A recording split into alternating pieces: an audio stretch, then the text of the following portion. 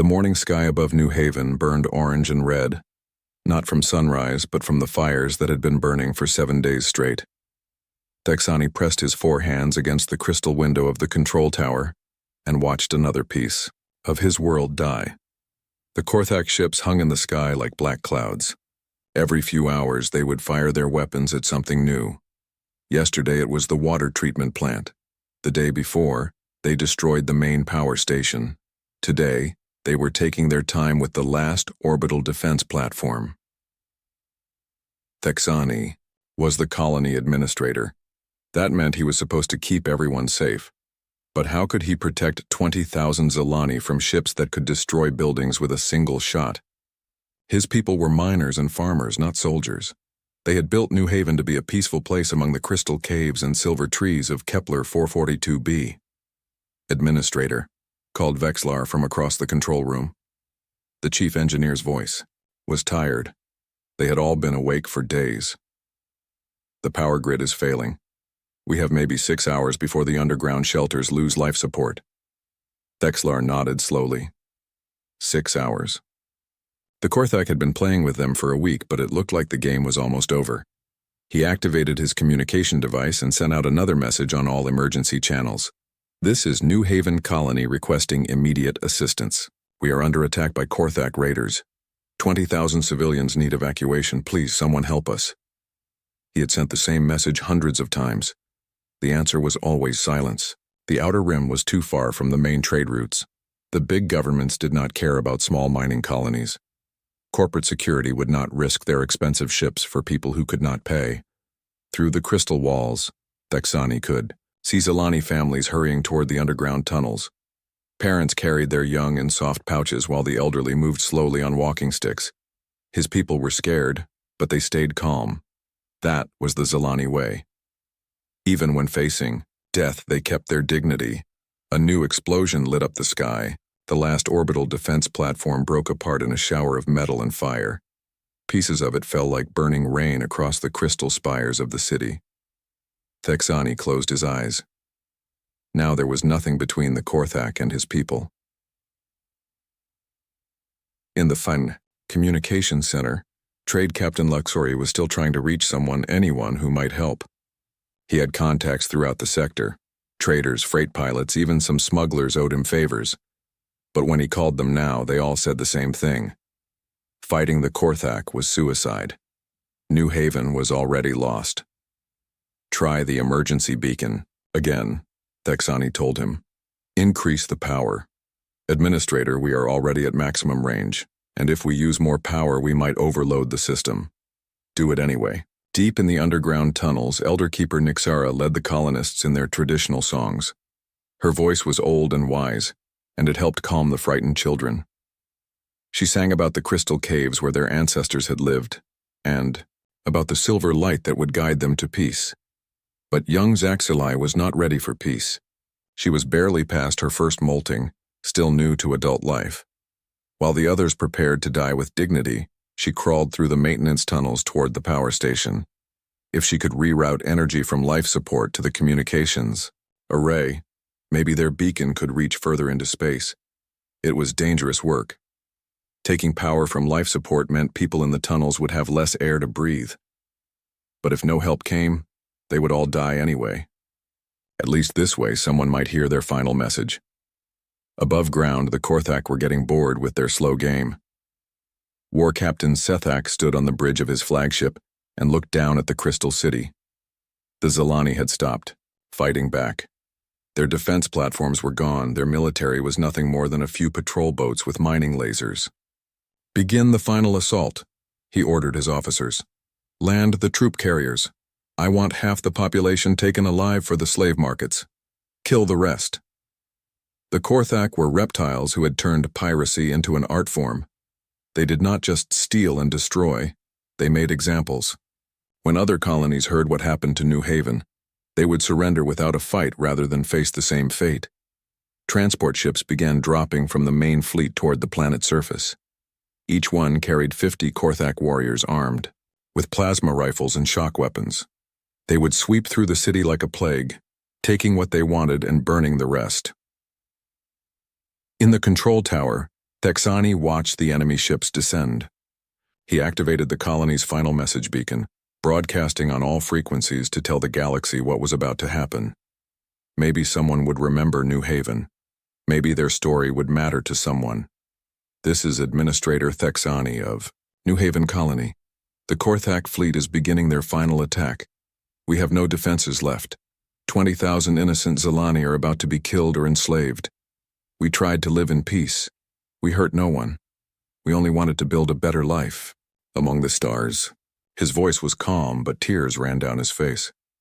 If anyone receives this message, please remember us. Remember that we existed. Remember that we tried to be good. Young Zaxalai finished her work in the power station. Warning lights flashed red as life support systems began shutting down throughout the colony. But the communication array now had 3 times its normal power. Their beacon was screaming into space farther than it had ever reached before. The first Korthak boots touched Zilani soil just as Zaxalai collapsed from lack of oxygen. She had given everything to send their message just a little bit further into the darkness between the stars. As she closed her eyes, she whispered a prayer to whatever powers might be listening. Please, she said, someone help us. The crystal caves deep beneath New Haven had never been so crowded. 20,000 Zilani pressed together in the ancient tunnels their ancestors had carved from living rock. The air was getting thin. Emergency lights cast strange shadows on the walls, making everything look like a dream. But this was no dream. This was their final hour. Elder Keeper Nixara moved slowly through the crowds, her old hands touching shoulders and whispering comfort. She was over 300 years old, ancient even by Zilani standards. She had seen many things in her long life, but she had never seen her people face complete destruction. Gather close, little ones, she called to the frightened children. Her voice was still strong despite her age. Let me tell you about the great journey our people will take when the silver light calls us home. The children huddled around her. Their parents watched with tears in their eyes. Everyone knew what the great journey meant. It was the Zilani way of talking about death, but Nixara made it sound beautiful instead of scary. Long ago, she began, our ancestors lived in caves like these. They learned to sing to the crystals and make them glow with soft light. When it was time for them to leave this world, they walked into the deepest caves where the most beautiful crystals grew. There they became one with the eternal light. Above their heads they could hear explosions and the sound of energy weapons. The Korthak were not being gentle with their city. They were destroying everything they could not steal. The crystal, spires that had taken decades to grow, were being shattered in minutes. In the communications center, Trade Captain Luxori had not given up trying to call for help. His fingers moved quickly over the control panel, switching between different emergency frequencies. He had been a trader for 40 years. He knew every spacer, smuggler, and freight captain in this part of the galaxy. Freelancer vessel morning. Star, this is Luxori. Please respond. We have women and children here who need evacuation. Static. Corporate security ship defender. This is an emergency. The Korthak are committing genocide. Surely your company values cannot allow this. More static. Hegemony patrol cruiser. Steadfast. We are civilians under attack. The Galactic Charter requires you to provide assistance. This time, a voice answered, cold and official. Trade Captain Luxori, this is Commander Vale of the Hegemony Navy. New Haven Colony is outside our patrol zone. We cannot risk a valuable cruiser for an outer rim settlement. Suggest you negotiate with your attackers. Hegemony patrol out. Luxori stared at the communications panel. Negotiate with the Korthak? They were pirates and slavers. The only thing they understood was violence and profit. There was nothing to negotiate except how many Zilani would die quickly and how many would be taken as slaves. He tried one more frequency. This one reached a mining station 3 systems away. Station Commander, this is an emergency. We have 20,000 civilians about to be slaughtered. Can you send ships? A tired voice responded. Captain Luxori, we heard your beacon. We are sorry, but we only have 2 small patrol boats. The Korthak have a full battle fleet. There is nothing we can do. We will remember your colony in our prayers. Prayers. Everyone was offering prayers, but no one was offering ships or weapons or soldiers. Luxori turned off the communication system and put his head in his hands. He had failed his people. All his years of making contacts and building relationships had been worthless when it mattered most. Young Zaxilai was still alive. Barely. She lay on the floor of the power station, breathing the thin air that remained. Her work was finished. The beacon was now transmitting at maximum range, sending their desperate plea far into the darkness of space. But she could hear the Korthak ships landing outside. Heavy footsteps and cruel laughter echoed through the crystal corridors above. The enemy soldiers were not trying to be quiet. They wanted the Zilani to hear them coming. Fear was a weapon the Korthak used as effectively as their plasma rifles. Some of them were already breaking into the surface buildings looking for anything valuable to steal. War Captain Sethak walked through the city streets like a king surveying his new kingdom. His reptilian face showed no emotion as he watched. His soldiers smashed crystal sculptures and burned Zilani artwork. Beauty meant nothing to him. Only power and profit mattered. Find the entrances to their underground tunnels, he ordered his officers. Use the sonic weapons to crack the rock. Drive them out like insects from their holes. The Korthak had done this many times before. They knew exactly how to break a peaceful people. First, destroy everything they had built. Then, give them a choice between slavery and death. Most chose slavery. The Korthak counted on this. Down in the tunnels, Administrator Thexanti tried to stay strong for his people. But inside, his heart was breaking. He had led them to this world promising safety and prosperity. The Outer Rim was supposed to be a place where small colonies could grow without interference from the big powers. Instead, it had become a hunting ground for pirates. Administrator, called Chief Engineer Vexlar, the tunnel walls are starting to crack. They are using sonic weapons to break through the rock. Thexanti nodded. Soon the Korthak would break into their hiding place. When that happened, the slaughter would begin. The strong would be taken as slaves. The weak would be killed. The children. He tried not to think about what would happen to the children. Elder Keeper Nixara continued her stories, even as dust began falling from the ceiling. Her voice never wavered, never showed fear.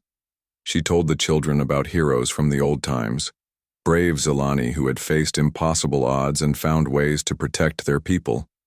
But Elder Keeper asked a small child, "Where are our heroes? Now? Why is no one coming to save us?" Nixara was quiet for a moment. Then she smiled and touched the child's head gently. "Heroes do not always wear armor or carry weapons, little one. Sometimes a hero is someone who refuses to give up hope when everything seems lost. Sometimes a hero is someone who keeps trying to help others even when they are afraid." The tunnel walls shook as sonic weapons hit them again. Cracks appeared in the ancient crystal, and chips of rock fell like tears. The Korthak were getting closer. Soon they would break through and 20,000 innocent lives would be snuffed out like candles in the wind. But far away in the darkness between the stars, something had heard their desperate beacon. Something that did not negotiate with pirates or abandoned civilians to die. Something that was already moving toward them at impossible speed, carrying weapons that could turn the tide of any battle. The Zilani did not know help was coming. All they could do was hold each other in the darkness and wait for the end. But their beacon continued to scream into the void, carrying their final message farther than they had ever dared to hope. Someone was listening. 3 light-years away from New Haven, the human deep patrol cruiser UES Retribution drifted silently through the darkness between the stars. Captain Jake Murphy was in his quarters reading reports when the emergency beacon hit their communications. A ray like a punch to the gut.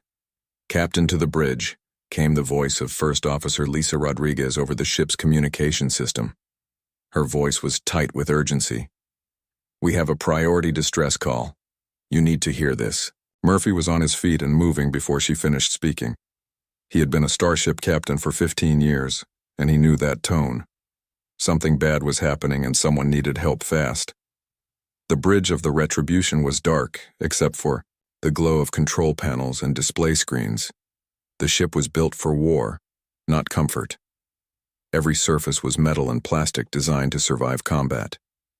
but the crew that ran her had hearts as big as the weapons she carried. "What do we have, Lisa?" Murphy asked as he stepped onto the bridge. "Distress beacon from the Kepler system," Rodriguez replied. She was a small woman with dark hair and sharp eyes that missed nothing. "A Zilani colony called New Haven. They say they are under attack by Korthak raiders." She played the recording. The voice was alien, but the fear in it was universal. "This is New Haven colony requesting immediate assistance. We are under attack by Korthak raiders. 20,000 civilians. Need evacuation. Please, someone help us." Murphy felt his jaw tighten. 20,000 people. Families. Children. And the Korthak were animals who took pleasure in causing pain. "How far are we from their position?" Navigator Pete Collins looked up from his station. He was young, maybe 25, with sandy hair, and a talent for numbers that amazed even the ship's computers. 3.2 light years, Captain. At normal cruise speed, it would take us 4 days to get there." 4 days, Murphy repeated. "Those people will be dead in 4 days." He looked around the bridge at his crew. These were good people, the best. They had signed up to protect humanity's interests in space, but they had never forgotten that protecting people was more important than protecting borders. "Captain," said Chief Engineer Amy Watson from her station. She was a tough woman in her 40s who could fix anything that broke and improve most things that worked.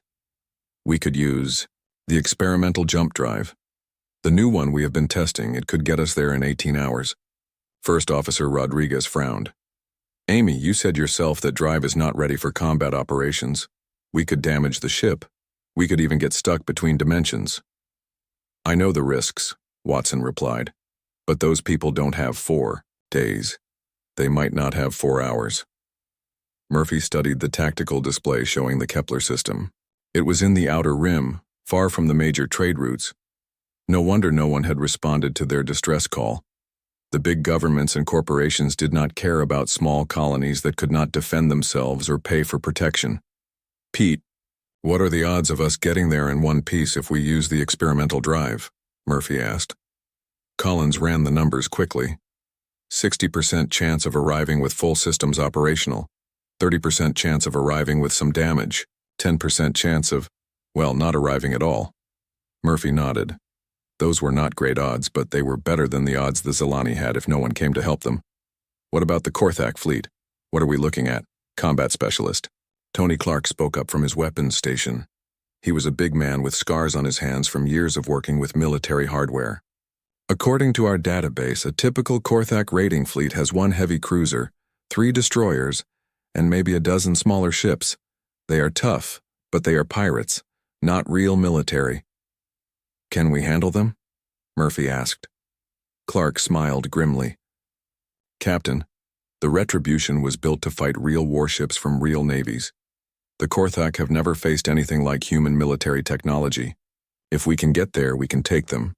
Dr. Kate Morgan spoke from her station near the back of the bridge.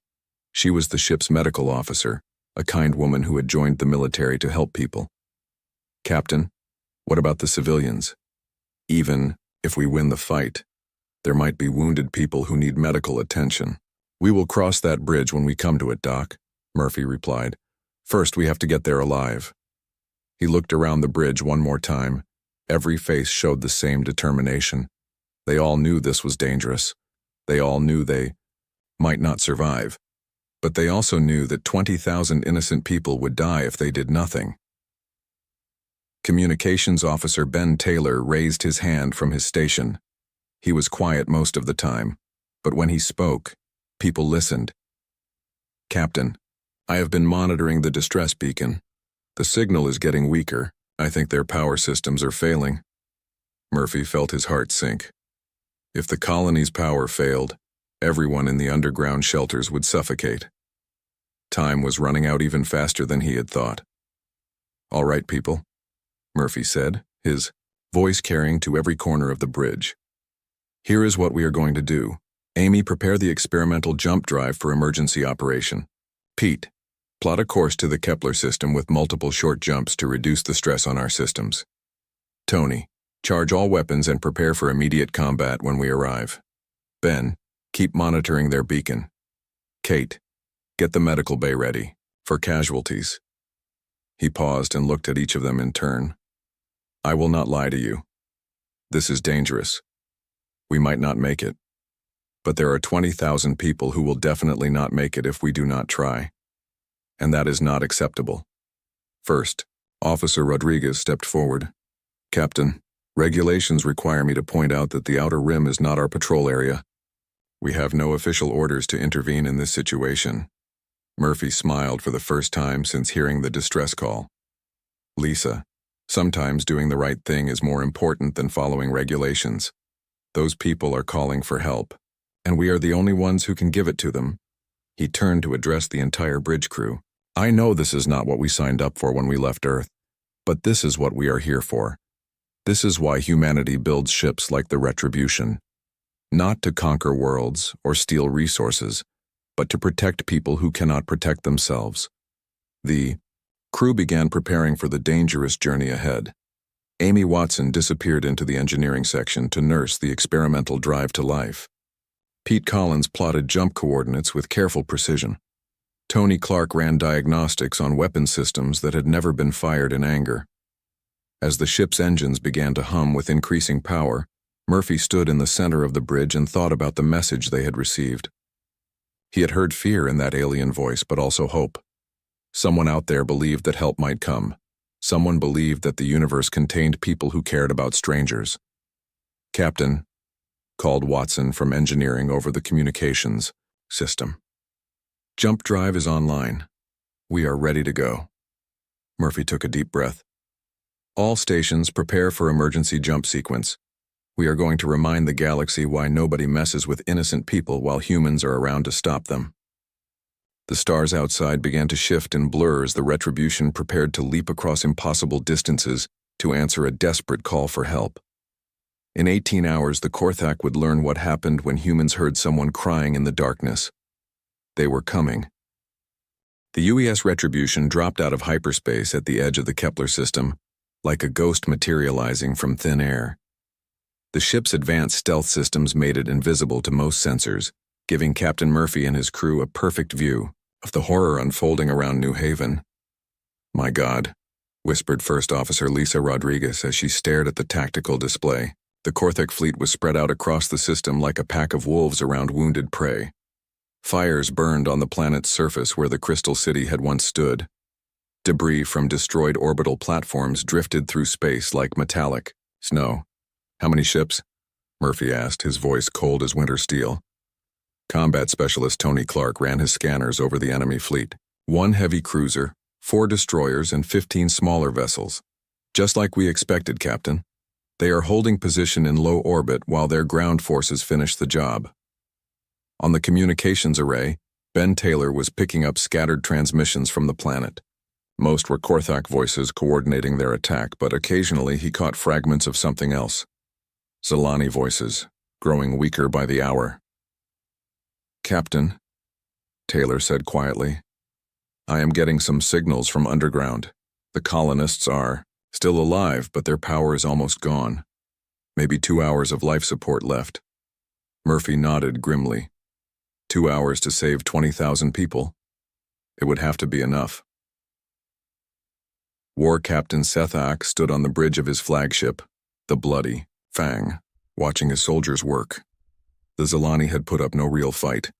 Their small defense force had been swept aside like dust in a storm. Soon his ships would be loaded with slaves and stolen goods, and the galaxy would have another example of what happened to colonies that refused to pay protection money. War Captain, called his sensor operator. I am detecting some unusual readings at the edge of the system. Could be a malfunction. Sethak barely glanced at the display. Probably debris from one of their satellites. Keep monitoring the surface. I want to know the moment our ground team secure the tunnel entrances. He had no idea that death was watching him from the darkness, waiting for the right moment to strike. On the Retribution, Murphy gathered his senior staff around the tactical table. The holographic display showed the Korthak positions in perfect detail. Amy Watson had outdone herself with the stealth systems. The enemy had no idea they were there. Here is the plan, Murphy said, pointing to the enemy flagship. We take out their command ship first. Without Sethak giving orders, the rest of the fleet will panic. Tony, I want precision strikes on their engines and weapons.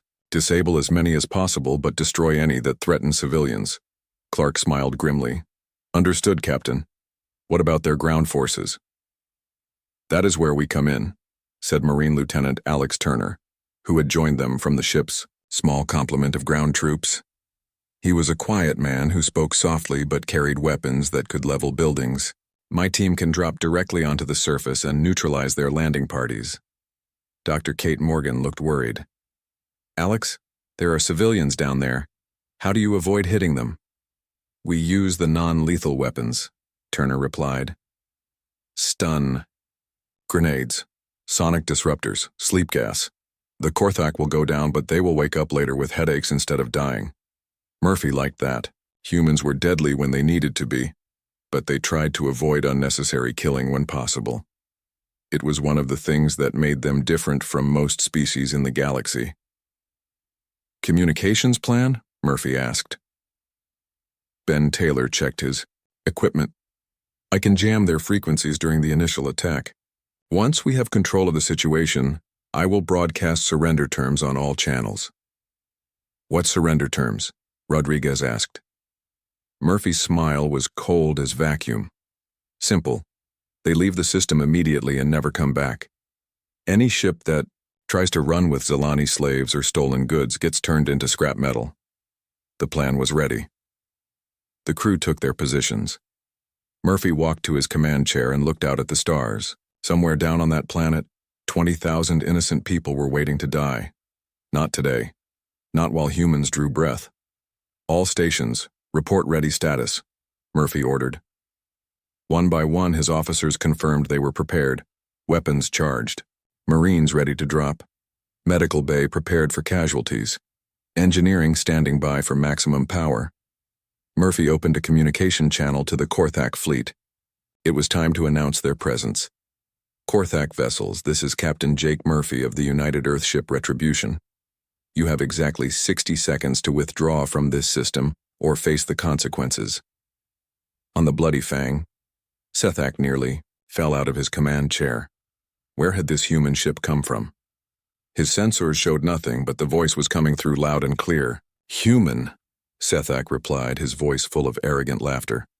You are one ship against an entire fleet. Withdraw now and we might let you live long enough to become a slave. Murphy checked his chronometer. 50 seconds, Sethak. I suggest you use them wisely. The Korthak war captain snarled in rage. How dare this mammal threaten him? All ships, find that human vessel and destroy it. Show these soft-hearted fools what happens when they interfere with Korthak business. Murphy watched. The enemy ships scrambled to find him. Their sensors swept back and forth across space. But the Retribution's stealth systems were beyond anything they had ever encountered. Time's up, Murphy said calmly. Tony, light them up. The Retribution's main railgun fired first.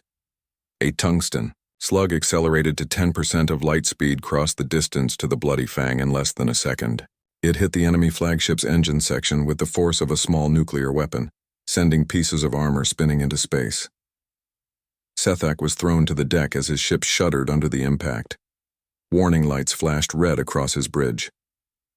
Damage report, he screamed. Main engines offline, weapons at 50%. How did they do that? Before anyone could answer, the Retribution fired again.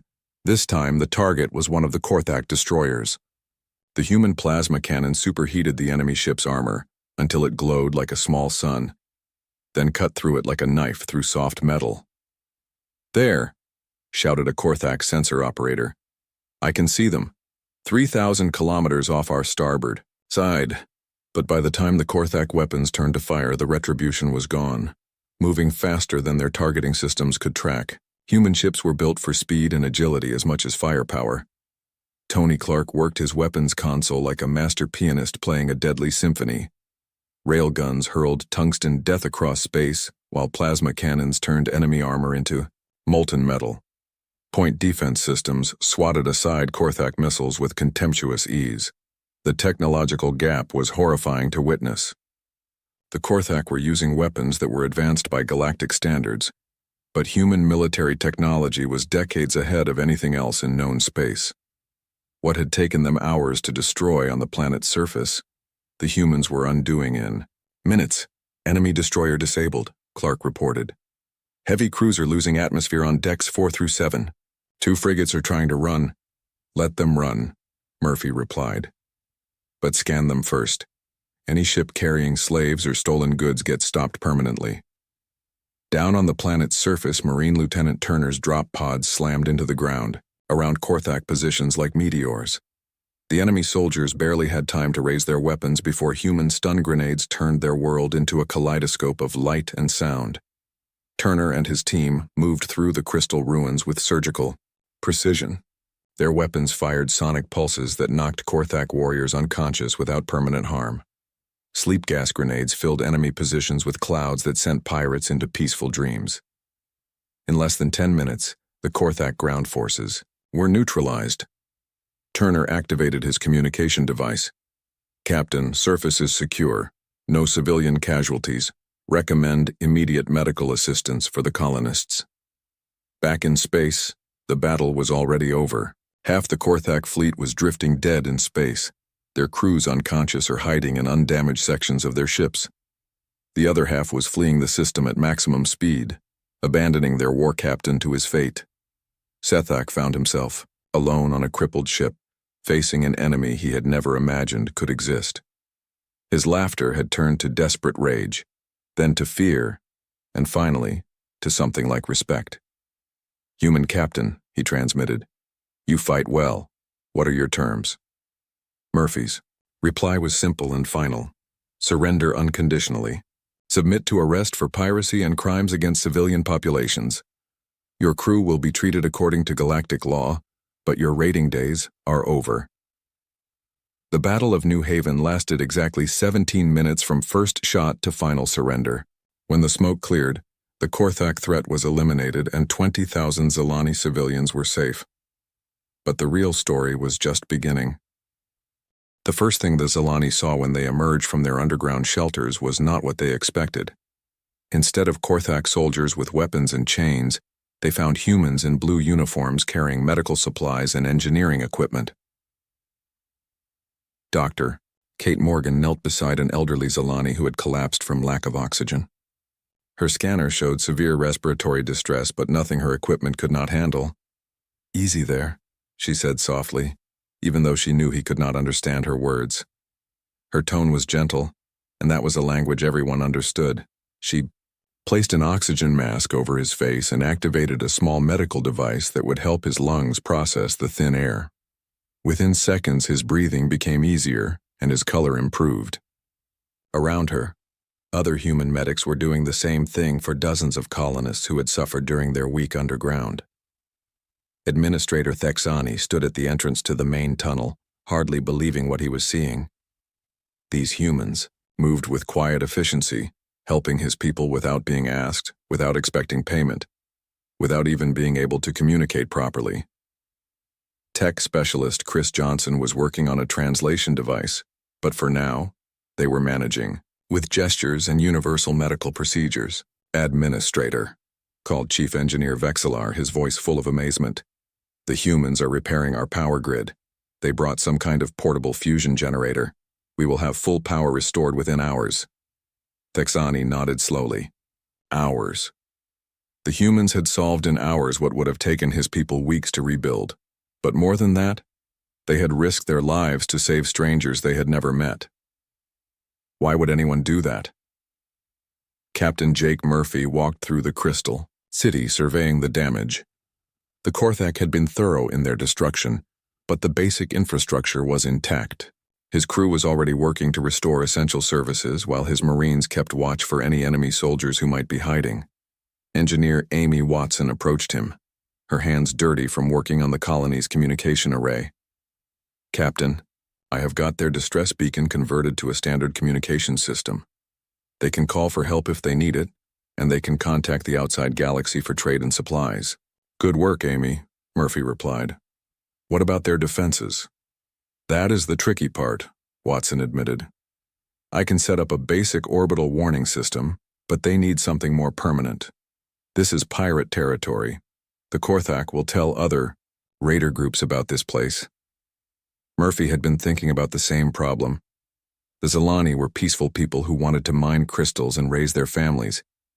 They should not have to live in fear of every ship that passed through their system. Elder Keeper Nixara approached them slowly, supported by a walking stick carved from crystal. She was ancient even by Zalani standards, but her eyes were bright with intelligence. Chris Johnson had managed to get the translation device working, and she was the first colonist who could speak directly to the humans. "Captain Murphy," she said, her translated voice coming through the small device Johnson held. "I am Nixara, keeper of the old ways. I must ask you something that puzzles me greatly." "What is that, Elder?" Murphy replied. "Why did you come? We are strangers to you. We have nothing to offer in payment. Your people could have been killed fighting for us. Why would you risk so much for people you do not know?" Murphy was quiet for a moment. It was a fair question, and one that many species in the galaxy would ask. Most civilizations only helped others when there was profit involved, or when they were forced to by treaties and agreements. "Elder Nixara," Murphy said finally, "my people have a saying. It goes like this: the only thing necessary for evil to triumph is for good people to do nothing. We heard your call for help, and we had the power to answer it. That made it our responsibility." The old Zalani studied his face through compound eyes that had seen 3 centuries of life. "But surely you want something in return? Land rights? Mining concessions? A military base?" Murphy shook his head. "We want you to be safe and free to live your lives as you choose. That is all." Nixara was silent for a long time. Finally she spoke again. "In all my years, I have never met a species like yours. The galaxy is full of traders who want profit, governments who want territory, and pirates who want slaves. But you want nothing except to help." "That is not entirely true," Murphy admitted with a small smile. "We do want one thing." The elder leaned forward, waiting. "If you ever encounter other people who need help, and you have the power to give it, we hope you will remember this day and choose to help them too." Trade Captain Luxori had been listening to this conversation with growing amazement. He had spent his life dealing with corporations and governments who measured everything in terms of profit and loss. The idea of a species that helped others without expecting payment was almost impossible to believe. "Captain Murphy," he said through the translator, "you say you want us to help others, but we are not a military people. We have no warships or weapons. How can we help anyone?" Navigator Pete Collins, who had been working on the colony's star charts, looked up from his equipment. "Help does not always mean fighting, Captain Luxori. Sometimes it means sharing food with hungry travelers, or giving directions to lost ships, or just letting someone know they are not alone in the universe." Over the next several hours, the humans worked tirelessly to restore New Haven to working condition. They repaired buildings, fixed equipment, and treated the injured. But more than that, they shared knowledge. Amy Watson showed Zalani engineers how to build better power systems. Tony Clark explained defensive strategies that did not require heavy weapons. Kate Morgan taught basic medical techniques that could save lives. As the work continued, Communications Officer Ben Taylor established contact with the nearest hegemony patrol. The conversation was tense at first, but when the patrol commander learned that humans had defeated an entire Korthak fleet to protect civilians, his attitude changed quickly. "Captain Murphy," came the voice over the communications channel. "This is Commander Vale of the hegemony cruiser Steadfast. I must apologize for my earlier response to the colony's distress call. We did not believe anyone could stand against the Korthak fleet." "No apology necessary, Commander," Murphy replied. "But I would appreciate it if you could establish regular patrols through this system. These people deserve to live in peace." "Understood, Captain. The hegemony will ensure this system is properly protected from now on." Meanwhile, in the detention area of the Retribution, Intelligence Officer Nick Adams was interrogating War Captain Sethak. The Korthak leader sat in a cell that was clean and well lit, with access to food and medical care. It was better treatment than he had ever given his own prisoners. I do not understand you humans, Sethak said, his reptilian voice full of confusion. You defeated my entire fleet, but you treat me with kindness. You could have killed me and my crew, but instead you give us medical attention. Why? Adams leaned back in his chair. Because that is what decent people do. We punish criminals, but we do not torture them or kill them unnecessarily. You will face trial for your crimes, but you will be treated fairly during the process. But we would have killed you without hesitation, Sethak protested. We would have enslaved your families and burned your cities. How can you show mercy to enemies who would show you none? Because, Adams replied simply, we are not you. As the human ship prepared to leave New Haven, the entire colony gathered to see them off. 20,000 Zalani stood in the Crystal Plaza, their bioluminescent organs glowing with gratitude and respect. Elder Keeper Nixara spoke for all of them. Captain Murphy and crew of the Retribution, her translated voice carried across the plaza, you have given us more than our lives. You have given us hope. You have shown us that the universe contains people who care about strangers, who fight for justice without reward, who choose to help rather than to harm. She paused, her ancient voice growing stronger. We promise you this. When we encounter others in need, we will remember your example. We will pass forward the kindness you have shown us today. Your actions will echo through the generations. Captain Murphy stood at attention as his crew prepared to board their shuttles. Elder Nixara, it has been an honor to serve alongside your people. Live well and remember that you are never truly alone. Somewhere in the galaxy, humans are watching and listening for those who call for help. The UES Retribution departed as quietly as it had arrived, disappearing into hyperspace with its cargo of Korthak prisoners who would face galactic justice. But the ship left behind more than just a rescued colony. It left behind a story that would spread throughout the Outer Rim and beyond. The story of a species that answered distress calls from strangers, a species that risked everything to protect the innocent. A species that asked for nothing in return except the promise that kindness would be passed forward to others in need. In the years that followed, when other colonies faced threats from pirates or disasters, they no longer felt hopeless. They knew that somewhere in the darkness between stars, humans were listening. And if they called for help, that help would come roaring out of the void with weapons hot and hearts full of determination to protect those who could not protect themselves. War Captain Sethak had been wrong about one thing.